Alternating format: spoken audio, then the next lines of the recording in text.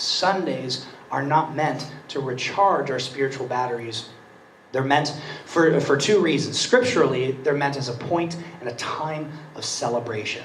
The Bible talks about, and church history talks about, that the early church met together, they broke bread together, and they celebrated. Communion, in its earliest form, was a celebration potluck. I love that. It was in fact, next week, that Pentecost cookout is more like communion than how we typically take communion, according to the early church, according to how it was done in 1 Corinthians. It was a celebration of the resurrection of Jesus Christ. The church gathered together for mutual encouragement, for the apostles' teaching, and for prayer. Acts chapter 3, or it might be the end of Acts chapter 2. Acts chapter 2. It wasn't a place where they got recharged with their spiritual batteries. Why? Because of the fact that that was happening throughout the week. Did you know that I don't go to church at any other church but this, right? And this may come as a shock to you, but I don't get fed by my own preaching, right? Shocker, right? But I come home, when I get home, I don't sit down and I'm like, man, that was a good message. Oh, Jesus was in the place. Glory! I don't get that. I go home and I take a nap. I ate Taco Bell and then I take a nap. You all think I have the worst diet in the world. It's probably true. But I take a nap because I am exhausted. I spend everything I have on Sunday morning. And so if I approached, or Pastor Tara approached Sunday as the time to get fed, we would die in 2 years. Probably sooner. So what I want to do with you, for those of you who are new in the faith or older in the faith, and you can be 90 years old and still a baby in the faith, right? You can be 10 years old and be a giant in the faith. The passing of time does some for spiritual maturity, but it doesn't happen through the passing of time. Does that make sense? Some of the most immature Christians I know have been saved 45 years. And so it's important for us to intentionally do this, to intentionally walk along in the faith. Y'all want to know how I recharge my spiritual batteries? Or rather, how I allow the Lord to minister to me in times of wilderness, or in times of on the mountaintop, or under the tree where the ravens have to come and give me bread like Elijah. There are 3 things that I do. The first is daily, I am in the scriptures. And I know a lot of you say, well, of course, you're a pastor. That's what you do. I'm a church planter. So, I do a lot of other things. I am a webmaster. We are accountants. We are all of this kind of stuff. We meet with people on a regular basis. Prayer and Bible reading is actually one of the things that we have to fiercely guard, because everything else in our schedule will attack it, just like yours. Just like yours. If it's something that you just kind of set it, you do what you got to do, and then if there's time you read the Bible, it will not happen, or it will happen infrequently. And imagine if you ate as often as you read the Bible, right? You would need to come and get spiritually fed once a week because you would be dying, right?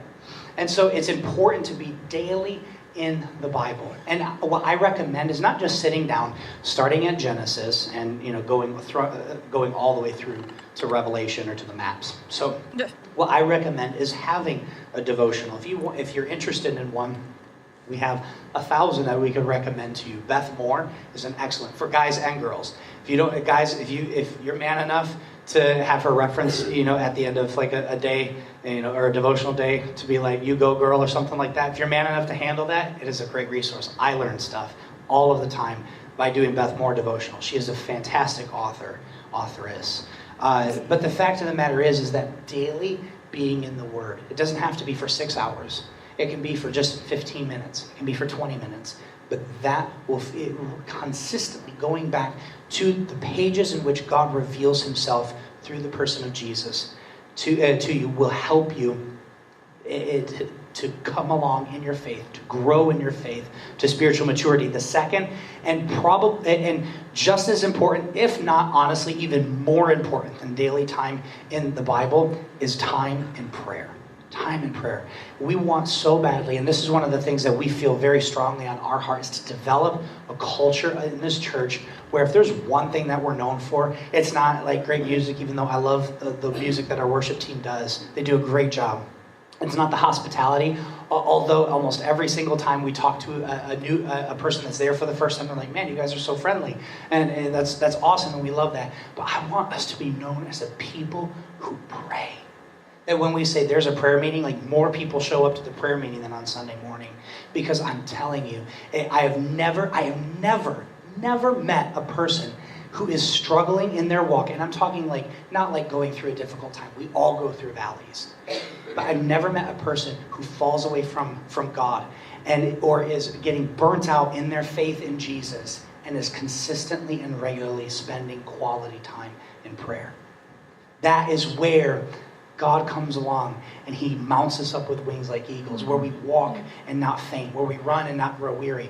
It happens in the prayer closet. And you look at Hebrews chapter 11, just a few chapters after what we're going through today, and each and every one of those people were people of prayer. Great people of prayer. Before you can be a great man or woman of God, you have to be a great person of prayer. I love what John Gray says, who's on staff at Lakewood Church, Joel Osteen's church. He makes a statement that positions, that pulpits are not for pruning. They are there to reveal you.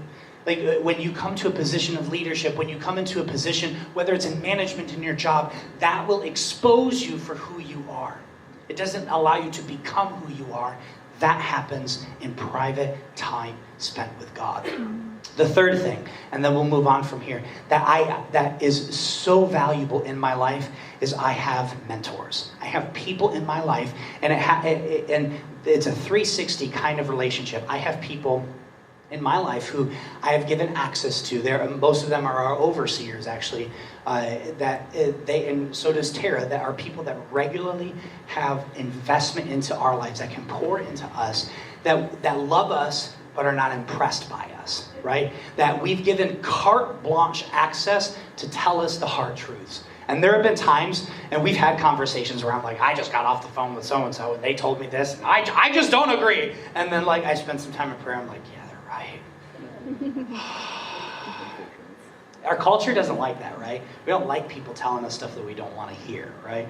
And it's different, and that's painful at times. It is a painful process, but so is growth. Like, you want to get ripped and hit the gym, it's gonna hurt. Like, you want to get buff, it is gonna hurt. Growth takes time, and it takes consistency, and it takes a little bit of pain. To move from where you are now to where God is calling you to, it is going to take discomfort. It is going to take taking a step of faith. It is going to take doing things that you thought that you would never do before, because God is saying, this is where I want to take you.